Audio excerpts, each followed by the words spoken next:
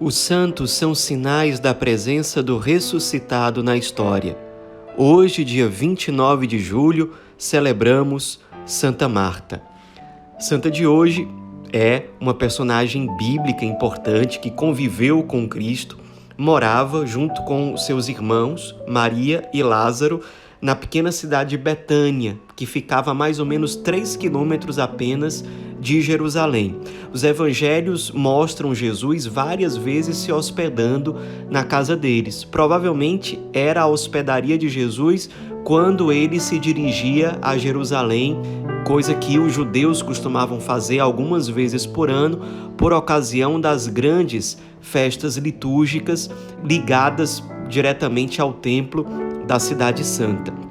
A santa de hoje, Santa Marta, ela é celebrada já por uma tradição muito antiga, tanto pelos cristãos do Oriente como do Ocidente, apesar de que ela entra, de fato, no calendário litúrgico como celebração litúrgica a partir de uma iniciativa dos franciscanos na segunda metade do século XIII, quando eles passam a celebrar Santa Marta, grande exemplo de alguém que sabe acolher Jesus, de quem sabe hospedar aqueles que visitam a sua casa. Os franciscanos colocam essa celebração no dia 29 de julho e desde então a igreja, claro, depois levou essa celebração para a sua liturgia universal e essa data é mantida até hoje. Santa Marta aparece mencionada nos evangelhos por 3 vezes, uma em Lucas e 2 em João.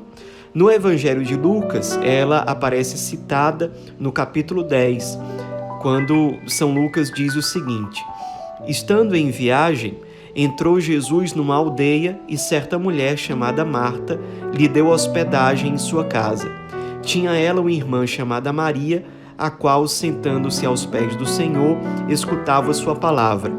Marta, ao contrário, mostrava-se muito ocupada com o serviço da mesa. Eis porque se aproximou e disse: Senhor, acaso não te importas que minha irmã me deixe servir sozinha? Dize-lhe, pois, que me ajude. Mas Jesus lhe respondeu: Marta, Marta, tu te afliges e te inquietas por muitas coisas, mas uma só coisa é necessária. Maria escolheu a melhor parte, que não lhe será tirada. A igreja, desde os comentários dos padres da igreja, dos santos padres, vê nas duas irmãs, em Marta e Maria, os 2 grandes modelos de vida consagrada.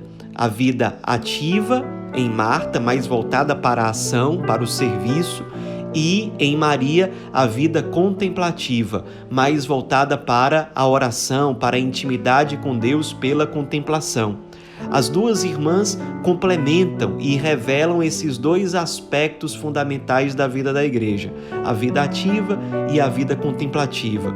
Nas palavras do Cristo a Marta, nós vemos uma chamada de atenção para ela e também para nós, para que não nos deixemos levar pelo ativismo, pelo simples fazer, pelo simples cumprir a obrigação, mas para mergulharmos no sentido mais profundo daquilo que vivemos para o Cristo, o escutar a sua palavra, o estar com Ele pela oração, pelos sacramentos. E isso também é uma dimensão fundamental que não pode ser deixada de lado. Em Marta, ou no exemplo que nós vemos no Evangelho, a partir dela, nós vemos essa chamada de atenção do Senhor, para que não nos deixemos cair ou nos aprisionar no ativismo, mas que as nossas ações, o nosso serviço, o nosso fazer seja necessariamente complementado, mergulhado numa profunda vida de oração, numa intimidade com o Senhor, numa escuta profunda e ativa da sua palavra. A segunda vez em que Marta é citada no Evangelho é no capítulo 10 de São João, em que Jesus é alertado por algumas pessoas de que o seu amigo Lázaro está muito doente. Jesus não vai a Betânia, ele continua exercendo ali o seu apostolado por vários lugares, até que 4 dias após a morte de Lázaro, ele vai até Betânia. E no diálogo do Cristo com Marta, assim que ele chega em Betânia, a santa de hoje mostra uma profunda fé, uma profunda confiança na ação do Cristo. Ela estava sentada, chorando, dentro de casa, quando ela diz: Senhor, se tivesses estado aqui, meu irmão não teria morrido. Mas ainda agora sei que tudo quanto pedires a Deus, Ele te concederá. E diante daquela profunda e autêntica demonstração de fé por parte de Marta, disse Jesus: teu irmão ressuscitará. Ela disse: eu sei que ele ressuscitará na ressurreição do último dia. E Jesus então lhe respondeu: eu sou a ressurreição e a vida.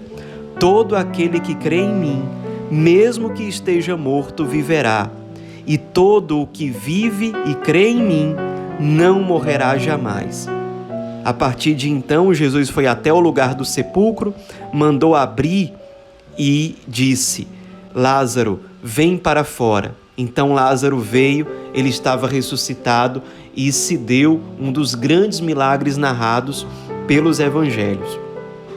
Poucos dias depois, como narra o capítulo 12 do mesmo evangelho, estava acontecendo um jantar, uma ceia na casa dessa família muito próxima de Jesus, e nessa ceia, talvez como um ato de profunda gratidão ao Cristo, Maria, irmã de Marta, limpa os pés do Cristo com os seus próprios cabelos, no ato de profunda gratidão, de profundo louvor ao Cristo que havia ressuscitado o seu irmão.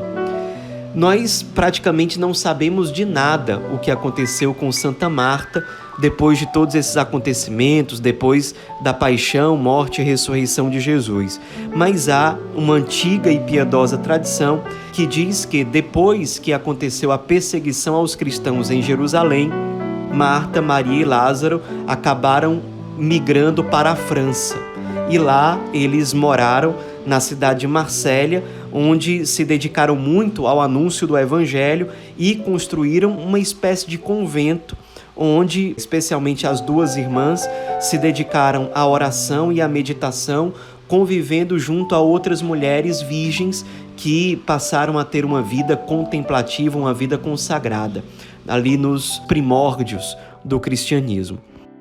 Nos inspiremos na santa de hoje, que por ser grande exemplo de acolhida ao Cristo, de saber recebê-lo, de se preocupar com aquilo que ele vai comer, com aquilo que vai ser o melhor para que o Cristo se sinta satisfeito e bem acolhido, ela é considerada padroeira dos anfitriões, dos hospedeiros, dos cozinheiros, dos nutricionistas e dos nutrólogos.